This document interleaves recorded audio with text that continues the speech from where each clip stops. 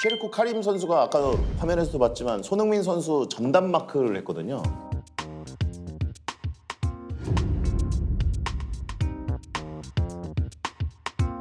그래서 계속 따라다니고. 예. 야, 그거는 우리 그 축구를 하면서 초등학교 때 어떠한 특정 선수가 잘하는 선수가 있어요. 진짜 키도 크고 막 초등학교 때 힘 없을 때 그러면 야 감독님이 얘기하지. 저 선수를 끝까지 따라다녀. 화장실에 가면 화장실 같이 갈 정도로 따라다녀. 이런 얘기를 물 마시러 나오면 같이 옆에 나와서 이런 축구예요. 옛날 그냥 정말 옛날 축구인데 와 결과론적으로 손흥민 선수의 플레이에 많은 방해를 했기 때문에 그 옛날에 그 1대1 개인 마크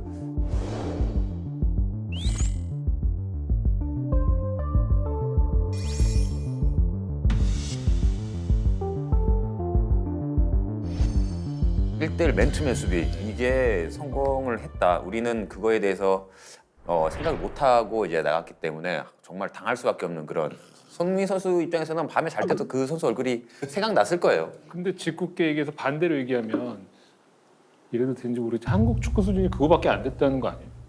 이라크랑 할 때는 초등학교 축구를 해도 그게 막힐 거밖에 안 된 수준밖에 안 된다는 거 아니에요?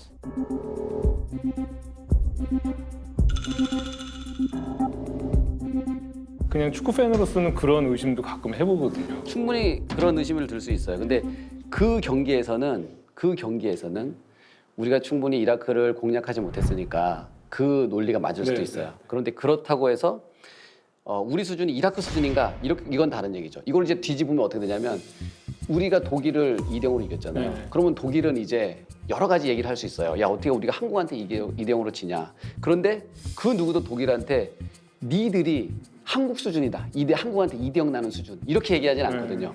그 경기에서는 그렇게 말할 수 있지만 보편적으로는 여전히 독일이 우리나라보다 강팀인 거죠. 영원히 안 붙어주면 2대0으로 그냥 끝나는 거 아니에요? 아니 저는 왜 안 해 너라. 이제. 끝까지 영원히 독일이랑 이미지 안 하면 쉽게 얘기하면은 과거에 박지성 선수가 피를로 죽을 때까지 쫓아다녔잖아요. 그러네요. 근데 그 AC 밀란이 그렇다고 해서 네. 수준이 낮은 팀이냐? 그런 건 또 그건 아니니까. 그건 전략적인 부분이. 뭐 심지어는 제가 히딩크 감독님하고 PSV 아인토멘을 갔는데 우리 이제 라이벌이 아약스예요. 그때 당시에 반더바르트라고 있어요. 네, 반더바르트. 히딩크 감독님이 그날 반더바르트가 왼쪽에 섰는데 제가 왼쪽에 섰어요. 근데 반더바르트가 이제 하다가 오른쪽으로 가니까 저보고 가라는 거예요. 그래서 오른쪽 가고 반더바르트 다시 왼쪽 보면 제가 또 왼쪽 가고 미션을 수행한 거네요. 미션을 수행했죠. 그런데 그게 막 그렇게 기분 좋지는 않아요. 너도 공 차지 마라 이거거든. 네, 그거거든요. 그 사람만 네. 쫓아다녀. 이 사람 못하게 하는 것밖에 못 하는 거예요. 그거밖에 못 하는 거예요. 왜냐면 공격을 나가면 안 되니까. 근데 사실 저는 공격도 하고 오버랩도 하고 하고. 싶었거든요. 예. 그런데 이제 그거를 막 억누르면서 이걸 해야 되니까 그래서 거의 솔직히 그렇게 해서는 다 이겼어요. 다 이겼는데 라카롬 들어오면 뭔가 좀 그 세르코 카림은 아마 라카룸 들어가서 아드보카드한테 얘기를 했을 거예요. 아, 너 정말 오늘 잘했다. 라고 얘기를 했을 거예요. 그러면 선수들은 이제 감독의 자기를 인정해 주는 거잖아요. 그 말 한마디에 내가 뭐 그런 생각은 없어지는 거예요. 내 이 사람이 믿고 신임을 맡겨주면 보답했다. 수행했으니까. 그걸로 이제 끝나는 거죠. 또 전담 마크 나올 수 있을까요? 손흥민한테? 저는 1대1. 이라크가 우리 홈에서 썼던 그 5-4-1의 전술 형태와 손흥민을 묻는 전술이 일단은 성공을 했기 때문에 예. 2차전에서도 분명히 그 기본적인 토대를 유지할 거라는 생각이 들어요. 그런데 한번 좀 경기 전체를 리마인드를 해보면 우리가 지난 1차전에서 0대0으로 비겨서 불만족스러웠는데 그러면 기회는 아예 없었냐? 그건 아니거든요. 아까도 봤지만 완벽한 정말 그냥 밀어넣으면 되는 기회가 2-3번의 기회는 있었어요. 거기서 우리가 골을 넣었더라면 분위기는 완전히 다른 방향으로 갔을 거예요. 그래서 여기서 우리가 0대0으로 비겼기 때문에 뭐 엄청난 변화를 줄 필요는 없겠다. 다만 상대가 공간을 안 주려고 작정하고 있는 팀에게 공간을 만들기는 상당히 쉽지가 않아요. 그럴 때에는 과감하게 1대1 드리블을 해서 파울을 유도해내서 코너킥이나 세트피스 상황을 만들어서 코너킥이나 세트피스 상황에서 득점을 하려는 노력을 하게 된다면 골을 터뜨릴 수 있는 방법을 우리가 가져갈 수 있기 때문에 그런 몇 가지를 좀 하면 좋을 것 같고 또 이라크 원정에서 좀 이겨가지고 홈에서 아쉬웠던 게 좀 상쇄됐으면 좋겠습니다. 같은 조 팀들이 이제 다 중동 국가다 보니까 뭐 최종 예선 전부터 침대 축구 어떡하냐 이런 우려가 좀 나왔었는데 레바논과의 홈 경기는 조금 시간을 이라크전보다 상대팀이 더 많이 끄는 느낌이 들긴 했었거든요. 레바논전 주요 장면 함께 보시죠. 자, 이번에는 수원 월드컵 경기장에서 비가 상당히 많이 오는 가운데 경기가 펼쳐졌습니다. 전화 비 많이 왔죠. 수중전의 또 기억을 이동국 해설위원 많이 갖고 계시죠? 네, 비가 온 날이 싫어졌어요, 저는.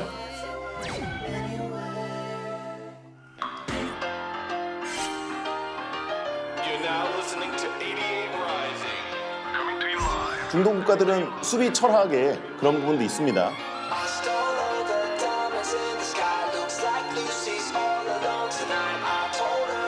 레바논 입장에서는 어떤 침대 축구라고 표현하는 그런 것들이 강팀을 잡을 수 있는 최선의 유일한 어떤 방법이기도 해요. 이날은 손흥민 선수가 종아리 부상 때문에 아예 이제 명단에서 제외가 돼서 황희찬이 왼쪽에 배치되고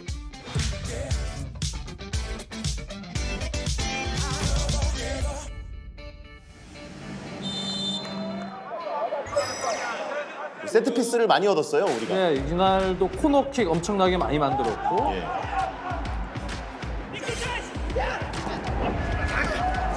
그 레바논은 이라크전보다는 슈팅도 훨씬 많아지고 골과 다름없는 기회들이 늘어났는데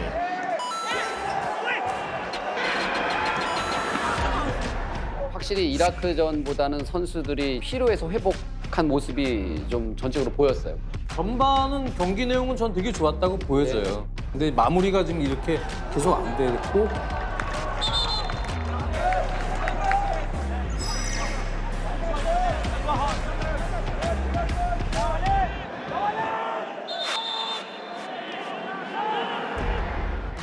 이날은 레바논 선수들이 시간을 끄는 행위들이 좀 있었죠. 김민재 또 백허그 당하고 방해받고 그리고 이게 신경전 좀 하다가 약간 접촉이 있으면 어이쿠 하고 LJ인 선수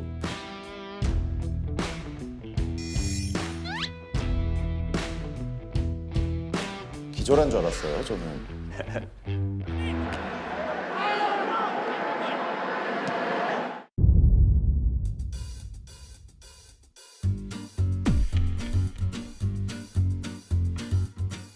손 등으로 살짝 맞았는데 지금 죽는다 그러고 막 그러고 있어요. 우리가 이걸 또 얘기를 100%로 할 수가 없잖아요. 이 진단이 내려진 게 아니기 때문에 선수들이 네. 되게 재밌어요. 그래갖고 자기 자리 어디가 누울 때가 좋은가 찾고 눕고 그러더라고.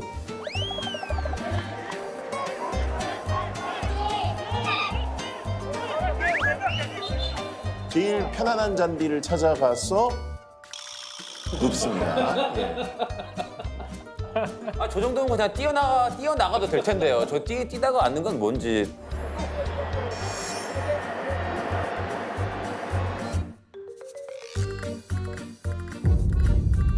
한국 선수들, 필드 플레이어들은 계속 서 있거나 이렇게 있어야 되니까 이게 흐름이 끊기는 거죠. 실제로 10분의 경기를 더하고 덜하고가 강팀과 약팀 사이에 골의 차이가 얼마나 나요? 5분, 7분이면요. 네. 3, 4골이 날 수 있어요. 엄청난 중요한 시간이에요.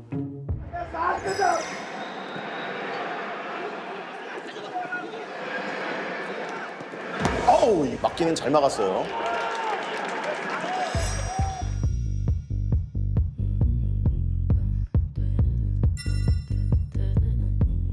근데 저 키퍼가 선방도 엄청 잘했는데 또 선방한 다음에 꼭 하나 한 다음에 약간의 휴식 시간을 이렇게 갖더라고요.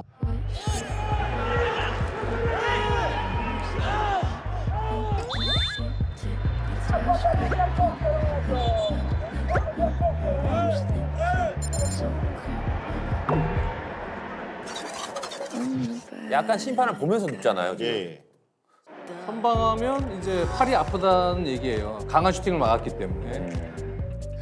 그 정도면 골키퍼를 하지 말아야 되는 거 아니에요? 손으로 와서 막아냈는데 아플 정도면.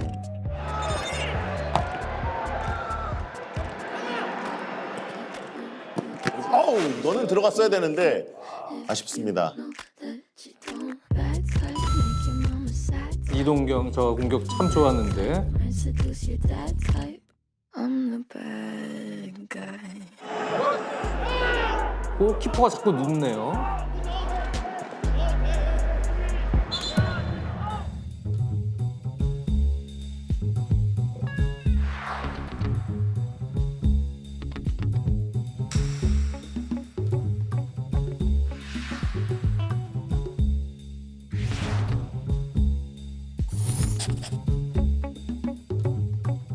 골키퍼는 이제 다치거나 누우면 나갈 수가 없죠. 네, 규정상. 나가면 키퍼가 없으니까 예. 키퍼는 저기서 이제 치료를 하게 하는데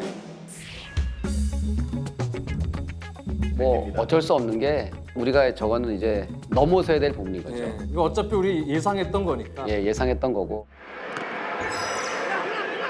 이렇게 이제 잠깐 레바논이 올라와서 공간이 생길 때 빠른 전환이 필요한데 지금도 보면 김민재가 빠르게 측면으로 큰 전환해주고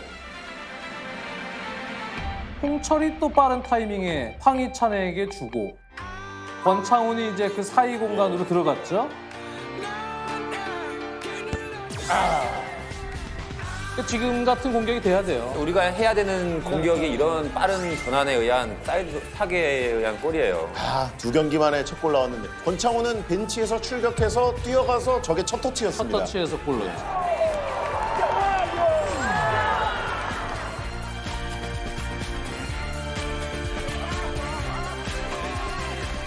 어떻게 축구를 하고 어떻게 골을 넣는지에 대한 아주 확실한 해답인 것 같아요. 상대가 물러나 있으면 공간을 찾을 수 없기 때문에 기회가 없었잖아요. 예. 상대가 게임이 되니까 자기도 모르는 사이에 깨고 올라왔단 말이에요. 그럴 때 반대로 빨리 보내서 공간을 만들고 또다시 뛰어서 공간을 만들고 또다시 안에 공간을 만들고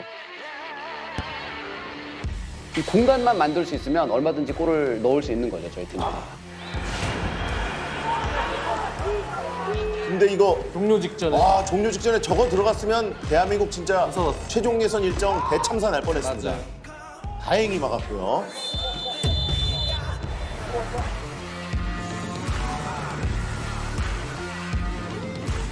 이게 만약에 무승부가 됐으면 최종 예선 진짜 험난해질 뻔했어요.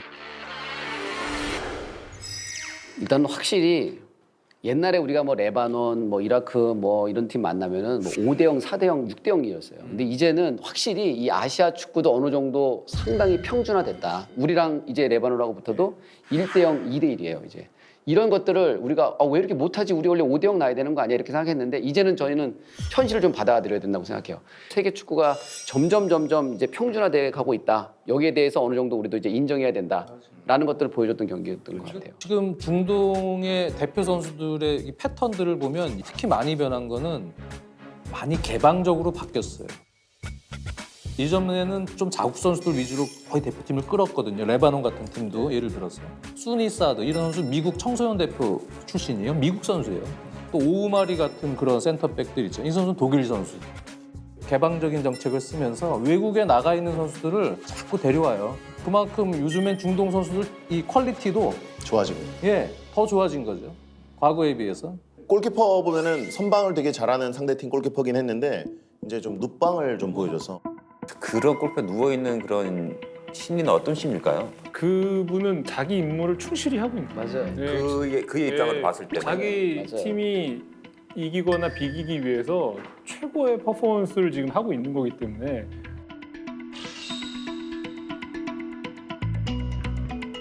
중동 국가에 있는 사람들에 대한 좀 문화적인 이해도 한번 했으면 좋겠어요. 어떤 생각의 유연성이 굉장히 강한 사람들이고 그다음에 목적을 딱 정해놓고 그 목적에 대한 자기의 방법들을 바꾸는 데 있어서는 굉장히 그 바꾸는 데 있어서 주저함이 없다는 얘기죠. 그러니까 시간을 끄는 거에 대한 목적이 딱 있으면 그 시간 끄는 목적에 대해서 창피함도 없고 뭐 내가 축구 선수야 무슨 배우야 이런 거 없이 그냥 그 목적을 향해서 가는 거고 그런 사람들한테 이제 경기를 하는 데서 우리 선수들은 조금 순수하죠, 순진하죠. 이게 누워 있으면 안 되고 항상 일어나서 조금 더 뛰어야 되고 더 열심히 뛰어야 되고 막 이래야 되니까. 침대 축구 방지법은 결국 없는 겁니까? 제가 느끼기에는 물론 이제 말씀하신 것처럼 눕기 전에 골을 넣는 거죠. 예. 그런데 바로 여기에 이제 역설이 있는 거예요. 우리가 이제 침대 축구에 당했으니까 빨리 선취골을 넣어야 된다. 초조해지죠. 그게 이제 반복이 되기 시작하는 거죠. 빠른 선제골에 대한 로망은 이제 버려야 된다. 더 이상 이제 이 아시아권에서 어떤 팀을 만나도 이제 빠른 선제골을 통해서 기선을 제압하고 다득점으로 가는 이 상황은 이제 나오기 쉽지 않다. 선수들도 상대가 이제 침대 축구를 하기 시작하면 심리적으로 막 화가 나기 시작하고 또 시간은 가려니까 초조해지고 이런 것에서 벗어나서 상대가 침대 축구라는 거를 충분히 예상하고 오케이 해라. 그런데 우리가 더 집중해서 더 정확한 플레이를 해서 90분 안에 한 골을 넣고 3점을 가져오겠다. 이런 마음을 갖는 게 제가 볼 때는 가장 중요한 것 같아요. 인내가 필요. 근데 사실 그렇게 인내하게끔 분위기가 만들어지지 않아요. 그렇죠. 언론에서도 그렇고 예. 다 그냥 선제골이 중요한 게임 뭐 그냥 그렇게 바로 그거예요. 쏟아붓기 때문에 선제골이 중요한 게임 바로 쏟아붓기 때문에 이동욱 해설위원도 4경기 내내 오늘은 반드시 선제골을 넣고 시작해야 된다. 그거는 어쩔 예. 수가 없어요. 시간이 선수 입장으로서 봤을 때는 지금 예. 이영표 형님도 얘기를 하는 게 90분 내내 뭐 이렇게 얘기를 하잖아요. 본인은 그렇게 했냐? 못했어요. 자, 예? 못했는데 우리 후배들한테 그걸 바란다. 이거는 요거를 얘기해 줄게요. 저도 못했어요. 왜냐하면 저는 마음속에 승점 3점이 중요하다고 생각을 했어요. 그런데 팬들은 동의하지 않는 거예요. 팬들은 레바논 만나면 5대0 놔줘야 되는 그렇죠. 거예요. 팬들도 마찬가지고 선수들도 마찬가지고 이 현실을 어느 정도 인정하고 좀 실속이 있는 플레이를 해야 된다라고 생각하는 거죠. 왜냐하면 선취 득점을 하고 다득점을 해야 돼요. 그런데 그게 안 나와. 그러다가 우리 조직을 깨고 무리하게 나와. 그래서 한 골 먹고 지는 거. 쇼크. 참사, 대참사, 레바논 참사, 뭐 이게 참사가 나는 이유가 바로 여기에 있거든요. 그래도 고무장인과는 1차전보다는 2차전 때 공격적인 그런 좋은 장면들이 더 많이 연출이 됐다라는 거. 슛도 많아지고, 슛도 많아지고. 돌파도 많아지고. 좋은 그 장면들을 많이 연출을 했다라는 것에 대해서 좀 기대가 됐었죠. 근데 이날 그 손흥민 선수 없이 이제 공격진 꾸렸잖아요. 황희찬 나오고 나상호 나오고 조규성 나오고. 또 황희조 선수도 선발이 아니었기 때문에 우리가 좀 힘들 거라고 좀 봤는데 그래도 전반에 상당히 활발한 플레이를 펼쳤어요.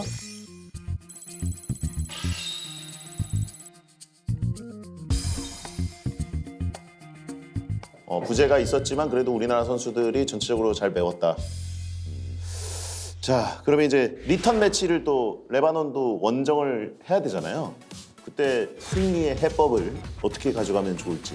이 중동 팀들의 가장 큰 약점은 제가 이 사우디에 가서 있으면서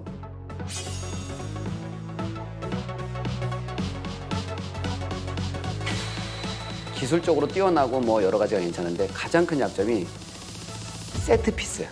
세트 피스 수비를 잘 못해요. 예.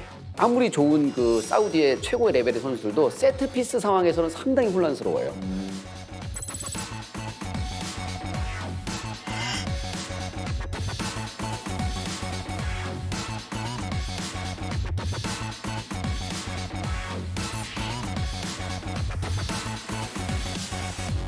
세트 피스. 그게 치명적인 약점이에요. 그런 연습이 충분히 안 돼 있기 때문에.